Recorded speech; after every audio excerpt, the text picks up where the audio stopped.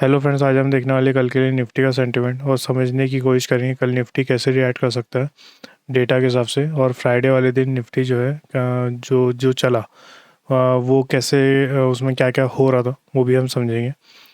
तो चलिए शुरू करते हैं। तो फ्राइडे वाले दिन इक्विटी के अंदर में एफ जो थे वो 2500 करोड़ की सेलिंग करे, डी जो थे वो 3700 करोड़ के आसपास की बाइंग करे। तो नेट एक्टिविटी जो है वो बुलिश हुई थी और एफ जो है अभी भी सेलिंग कर रहे हैं।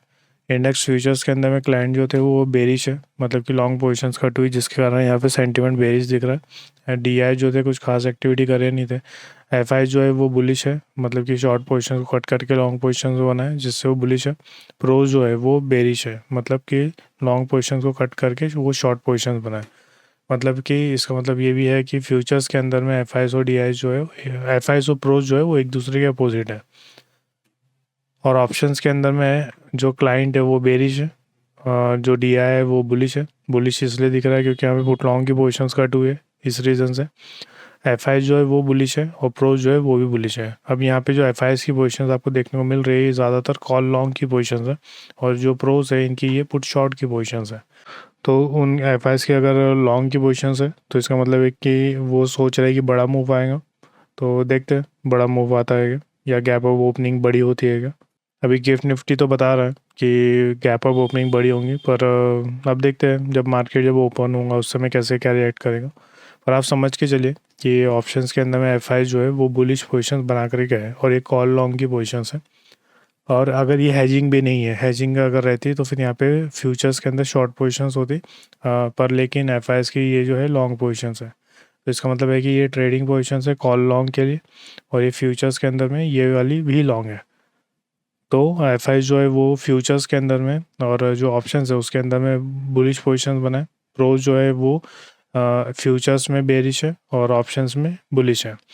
तो शॉर्ट टर्म के अंदर में जो व्यू है एफ और जो प्रोज है उनका ऊपर की तरफ है, और जो थोड़े बहुत 3-4 दिन के हिसाब से जो व्यू है वो साइडवेज बन रहा है। और अगर मैं कैश की बात करूँ तो कैश के अंदर में एफ और प्रोज जो है वो यहाँ पे बुलिश पोजीशंस, मतलब नेट बेसिस पे जो है वो बुलिश एक्टिविटी करे। और ये बहुत दिन से वैसी हो रही है, मतलब कि अगर हम डेटा देखेंगे कि वो कैसे क्या हो रहा है। पर आप ये समझिए कि एफ जो है नीचे से ऊपर ज़्यादा टाइम में जो है कि माल अपना सेल कर रहा है और जो डी है वो बाय कर रहे हैं। तो हम इससे ज़्यादा हम कुछ भी पता नहीं लगा सकते। तो अभी हम चलते हैं ऑप्शन चेन पे। ऑप्शन चेन के अंदर में अगर ओपन इंटरेस्ट की बात करें तो यहाँ पे एट द मनी के ऊपर में ओपन इंटरेस्ट देखने को मिल रहा है। और हमें अभी हमने देखा कि जो एफ है एफ के यहाँ पे कॉल लॉन्ग है, तो हम कॉल लॉन्ग की तरफ के ओपन इंटरेस्ट देखेंगे तो यहाँ पे ओपन इंटरेस्ट बिल्डअप है, मतलब एट द मनी के आसपास में ओपन इंटरेस्ट है, मतलब कि जो पोजीशंस होंगी वो एट द मनी के आसपास ही बनी होंगी। उसके बाद में जो पुट शॉर्ट की पोजीशंस है जो प्रोप्राइटरी डेस्क की है, तो वो यहाँ पे ओपन इंटरेस्ट बिल्डअप है एट द मनी और आउट ऑफ द मनी में, और थोड़े बहुत इन द मनी में, मतलब 23,000 तक के ओपन इंटरेस्ट बिल्डअप है। तो इसका मतलब ये है कि जो जो पुट शॉर्ट की पोजीशंस है वो यहाँ पे बनी हो सकती है उसके हिसाब। और अगर आईवी के हिसाब से अगर बात करें तो आईवी जो है कॉल के इन द मनी में जो है वो इंक्रीज़ हो रही है। और ये जो आईवी कर्व बन रहा है वो यहाँ बन रहा है, मतलब ये 23,250 पे बन रहा है। तो इसका मतलब ये है कि अगर मार्केट अगर ऊपर की तरफ गया तो इधर में एक बार तो भी इस एरिया में सपोर्ट लेना चाहिए। अगर मार्केट नीचे से अगर यहाँ कहीं खुलता है और उसके बाद में अगर आप कभी ऊपर की तरफ है तो आप एक बार तो भी प्रॉफिट बुक करके एग्जिट हो सकते हो। हम उसे चार्ट पे देखेंगे कि हम कैसे प्लानिंग कर सकते हैं कल के लिए।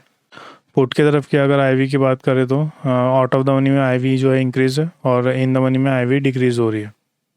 तो इसका मतलब है कि जो आईवी के हिसाब से भी जो सेंटीमेंट ऊपर की तरफ है, ओपन इंटरेस्ट के हिसाब से सेंटीमेंट जो ऊपर की तरफ ही है। अगर हम बड़े प्लेयर की पोजीशंस को देखेंगे तो अगर बड़े प्लेयर के अगर आप इसको short as a short consider कर रहे हो, अगर सिर्फ ये मतलब कि सेलर के पॉइंट ऑफ व्यू से कंसिडर कर रहे हो, तो इसका मतलब ये है कि मार्केट जो है वो साइडवेज टू बुलिश है, क्योंकि यहाँ पे ओपन इंटरेस्ट बिल्डअप है, यहाँ पे ओपन इंटरेस्ट बिल्डअप है। तो एक साइडवेज का सिनेरियो बनाता है और थोड़े बहुत ज़्यादा पुट तरफ में इंक्रीज़ है, तो इसके कारण में साइडवेज टू बुलिश एक सेंटीमेंट बन रहा है। आईवी के हिसाब से देखोगे तो सेंटीमेंट बुलिश है, पर ओपन इंटरेस्ट और आईवी दोनों यही बता रहा है कि ऊपर की तरफ जा सकता है। ऑप्शन चेन से हम यही पता लगा सकते हैं ज़्यादा से ज़्यादा। अभी हम थोड़े शॉर्ट टर्म के लिए कैश की एक्टिविटी देखते हैं।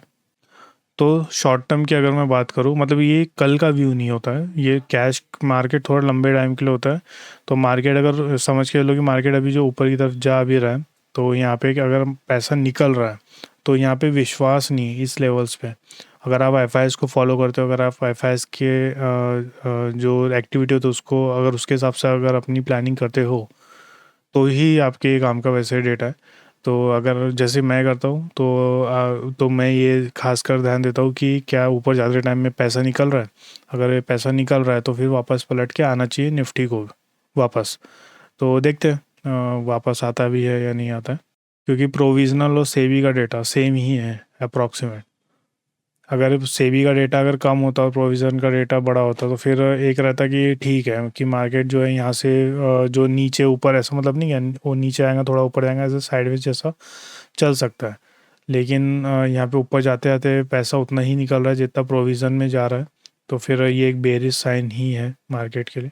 और फेबररी वाले दिन जो है यहाँ पे जो है ऑप्शंस के अंदर निफ्टी 50 में बड़ा पैसा लगा, मतलब 35,000 करोड़ के आसपास लगा। तो इसका मतलब है कि जो आगे जो मूव आएगा वो निफ्टी के अंदर ही सबसे बड़ा आएगा, ऊपर जाए नीचे जाए तो वो बड़ा मूव निफ्टी में ही रहेगा। तो अभी हम देखेंगे उससे चार्ट पे कि वो किस टाइप की पोजीशंस होंगी करके। रैप अप कर लेते हैं और अभी तक के जो भी हमने डेटा देखा उसके हिसाब से कल के लिए निफ्टी का सेंटीमेंट और लेवल्स थोड़े बहुत देख लेते हैं। सबसे पहले हम आईवी कर्व जो था बना था कॉल की तरफ में वो देख लेते हैं। तो ये था कि 250 के ऊपर में जो कॉल शॉट है वो है हो रही है। तो अगर मार्केट अगर 250 के नीचे ओपन होता है और अगर आपका जो सेटअप है अगर वो ये बोल रहा है कि ऊपर की तरफ आपको ट्रेड लेना चाहिए, तो आप एक बार तो भी 250 पे प्रॉफिट बुक करके एग्जिट हो जाओ। फिर उसका देखो समझो कि क्या हो रहा है उसमें, कॉन्ट्रैक्ट और ऐड हो रहे हैं कैसे क्या हो रहा है, कॉन्ट्रैक्ट कट तो नहीं रहे। अगर जो जैसा भी आपको दिखेगा डेटा में उसके हिसाब से आप आगे फिर ट्रेड प्लान कर सकते हो, पर एक बार तो भी प्रॉफिट बुक करके एग्जिट हो जाओ।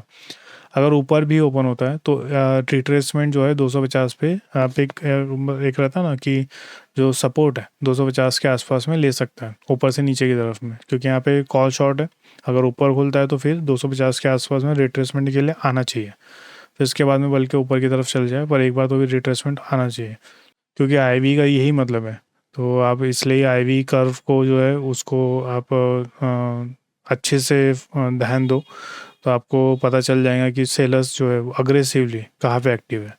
उसके बाद में जो फ्राइडे वाले दिन जो मुझे एक्टिविटी देखने को मिली इधर में कहीं तो भी, वो थी कॉल बाय पुट बाय की एक्टिविटी। याद रखिएगा जब भी कॉल बाय पुट बाय होती है तो जो प्रीमियम होते हैं वो गिरते नहीं हैं, बल्कि 3 दिन की छुट्टी थी तो भी कॉल और पुट के प्रीमियम जो थे वो गिरे नहीं।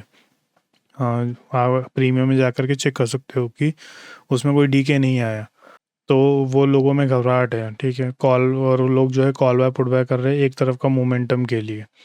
तो अभी हमने देखा कि ये जो एफ आई एस की वहाँ पे कॉल बाय की एक्टिविटी हुई है ज़्यादातर। तो मेरे हिसाब से एफ आई एस की कॉल बाय भी है और पुट बाय भी है, ठीक है, जो मुझे देखने को मिली है, जो मैं फॉलो करता हूँ, जो मेरा सेटअप फॉलो करता है। तो वो यही है कि वो ही मतलब बड़े प्लेयर को ही पता लगाने की कोशिश करता है। तो एफ आई एस की जो थी वो कॉल बाय पुट बाय है, क्योंकि अगर पुट शॉट होती तो वो तो प्रोप्राइटरी डेस्क है वो अलग हो गया। तो जो मुझे देखने को मिला वो सिर्फ कॉल बाय पुट बाय थी, तो जो यहाँ कहीं तो भी हुई थी। और प्रीमियम जो थे वो भी यहीं कहीं पे बंद हुए हैं। तो अब इसका मतलब ये है कि मार्केट में एक बड़ा मूव आना चाहिए, क्योंकि देखा जाए तो फ्राइडे वाले दिन हो जाना चाहिए था पर नहीं आया। नहीं आया तो अगर समझ के चलते हैं कि अगर मार्केट यहीं पर ही ओपन हो गया गलती से, अगर इस एरिया में ओपन हो जाता है तो आप समझ के चलिए कि कहीं तो भी मार्केट ऊपर या नीचे की तरफ में एक मूव ज़रूर देगा, मतलब ट्रेंडिंग में देना चाहिए उसको, ट्रेंडिंग में ऊपर जाना चाहिए, ट्रेंडिंग में नीचे आना चाहिए, क्योंकि जो कॉल बाय पुट बाय वाली जो पोजीशंस है वो प्रॉफिट में लाने के लिए एक कहीं तो भी एक मोमेंटम होना चाहिए ऊपर या नीचे की तरफ। तो आप यहाँ पे भी वही डिसीजंस ले सकते हो जो बड़े प्लेयर ले रहे हैं इस एरिया में। अगर मार्केट ज़्यादा ऊपर ओपन हो जाता है तो फिर वो वैसे ही प्रॉफिट में जो उनका जो जो वो प्लानिंग करके गए वो हो चुकी है, ठीक है। तो आप फिर उसके बाद में आप देखिए समझिए कि आप क्या किस टाइप का सेटअप बन रहा है, किस टाइप का डेटा पॉइंट्स बन रहे हैं, उसके हिसाब से फिर आप प्लानिंग कर सकते हो। सेम यहाँ पे इसी का उल्टा भी नीचे भी अगर ओपन हो जाता है तो भी वो बंदे प्रॉफिट में हैं। लेकिन यहाँ पे बात ये आती है कि जब जो एफ आईज और प्रोज हैं उनकी जो पोजीशंस है वो है कॉल बाय और पुट शॉर्ट की जो ज़्यादा पोजीशंस है। तो अगर मार्केट नीचे ओपन होता है तो एक बार तो भी मार्केट को ऊपर की तरफ आना चाहिए, जो रूल कहते हैं ओपन इंटरेस्ट के। जो कैरी फॉरवर्ड पोजीशंस के जो रूल्स है वो ये बोलते हैं कि अगर मार्केट उनके अपोजिट ओपन होता है तो भी एक बार मार्केट को ऊपर की तरफ आना चाहिए। तो अगर नीचे ओपन होता है तो एक बार कंफर्म आना चाहिए। पर अगर मार्केट पहले ही ज़्यादा ऊपर ऊपर हो चुका है फिर नहीं पता कि मार्केट में क्या कैसा क्या होगा करके। लेकिन अगर मार्केट साइडवेज ओपन होता है तो फिर आप समझ के चलिए कि मार्केट एक ट्रेंडिंग मूव देगा ऊपर या नीचे की तरफ। और आईवी भी ज़्यादा चल रही है तो कोशिश यही करिए कि अभी शॉर्ट पोजीशंस ना बनाए, क्योंकि शॉर्ट पोजीशंस के अंदर में आपको जो है स्टॉप लॉस बड़े रखना पड़ता है। और वो स्टॉप लॉस फिर भी वो हिट ही हो जाएगा बड़े रखने के बाद में भी। तो कोशिश यही करिए कि आप शॉर्ट पोजीशंस ना बनाएं, लॉन्ग पोजीशंस की तरफ जाएं जब तक ये न्यूज़ वगैरह के जो चक्कर है ये ख़त्म नहीं हो जाते। और प्रॉपर सेटअप जब भी बने और ट्रेड को कम ले, क्योंकि आपको ऐसा लगता है कि मोमेंटम जो है बड़े बड़े हो रहे हैं तो आप ट्रेड ज़्यादा लोगे तो आप प्रॉफिटेबल हो जाएंगे, ऐसा नहीं होता है। तो एक ट्रेड ले, एक बड़ा सा स्टॉप लॉस आपको रखना पड़ेगा। तो बड़ा सा स्टॉप लॉस बाइंग में लगाए, नहीं सेलिंग में लगाए, और बस उसके साथ में बस चलिए। तो फिर से हम देख लेते हैं कि अगर मार्केट साइडवेज यहीं कहीं ओपन हो जाता है तो समझ के चलिए कि मार्केट जो है एक बार ऊपर या नीचे की तरफ ज़रूर जाएगा तेज़ी से। अगर मार्केट नीचे ओपन होता है तो भी एक बार ऊपर की तरफ जाएंगे, क्योंकि जो अभी हमने जो कॉन्ट्रैक्ट देखे उसके कारण, क्योंकि पुट शॉर्ट की पोजीशन है, एफ आई तो बाइंग की पोजीशन बनाए ज़्यादा और पुट शॉर्ट की पोजीशन है, इसलिए मार्केट एक बार तो भी ऊपर की तरफ जाएगा। अगर मार्केट जो है ऊपर ज़्यादा ओपन होता है तो फिर ट्रेड को अवॉइड करें, समझे, थोड़ा सा पेशेंस रखिए, समझे कि वहाँ पे किस टाइप के कॉन्ट्रैक्ट्स बिल्डअप हो रहे हैं, उसके हिसाब से आप डिसीजंस ले सकते हो। अभी मार्केट के ऊपर खोलने के चांसेस ज़्यादा हाई बन रहे हैं, क्योंकि गिफ्ट निफ्टी जो है ऊपर चल रहा है। कल अब जब मार्केट ओपन होगा तब देखेंगे कि क्या हो रहा है क्या नहीं। लेकिन इस तरीके की ही हम प्लानिंग कर सकते हैं अभी फ़िलहाल, जो हमें अभी डेटा बता रहा है। और जो विक्स है वो विक्स अभी बहुत हाई चल रहा है, तो आप समझ के चलिए कि कभी भी cash buying cash selling start हो जाएंगी स्टॉक्स के अंदर। तो मैं वीडियो जो है कंटिन्यू डालने की कोशिश करूँगा। अगर कुछ भी डाउट्स है, अगर आपको समझ में नहीं आता है तो आप मुझसे व्हाट्सएप पे भी बात कर सकते हो, और टेलीग्राम चैनल का लिंक है तो वहाँ से आप वहाँ पे ज्वाइन हो सकते हो। अगर कुछ भी चेंजेस होता है या कभी मुझे कुछ दिखता है तो फिर मैं वहाँ पे अपडेट कर दिया करूँगा। तो चलिए देखते हैं कि कल निफ्टी कैसे रिएक्ट करता है।